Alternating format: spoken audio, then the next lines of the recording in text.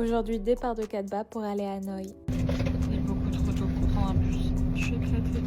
Je pensais que ça allait être comme à l'aller pour le bus qui traverse en ferry, mais non, on a dû prendre un petit bateau pour traverser et ensuite prendre un autre bus. Arrivé à Hanoï, on est allé se prendre un petit café parce qu'on était vraiment éclatés. Du coup, je pense que je préfère le café salé parce que du coup, ça se mélange beaucoup plus avec le café de base. Mais la crème d'œuf dans le head coffee est vraiment incroyable.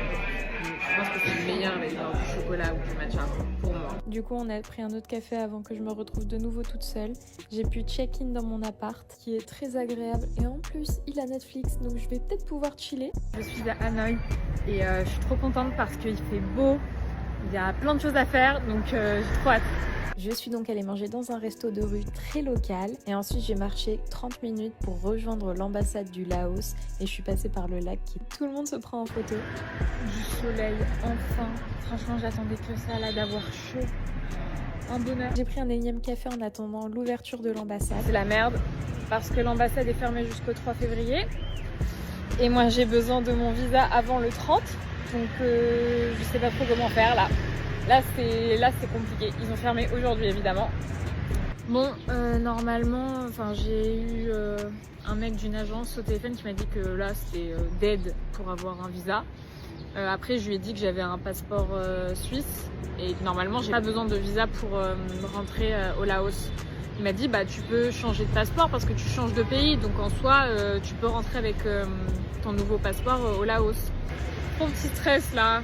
Très stressée, je suis allée faire mes ongles et j'ai eu de la chance parce que c'était le dernier jour où c'était ouvert.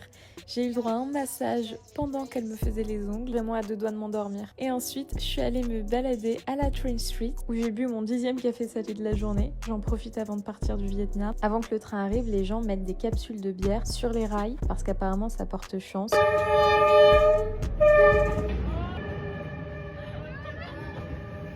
Une ambiance de folie.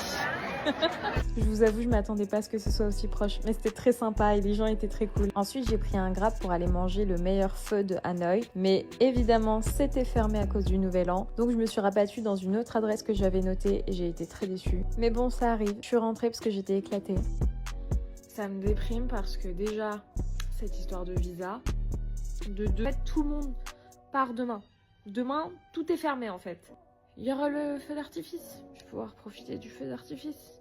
Je pourrais pas profiter de Hanoï et de sa nourriture et des head spa que je voulais faire.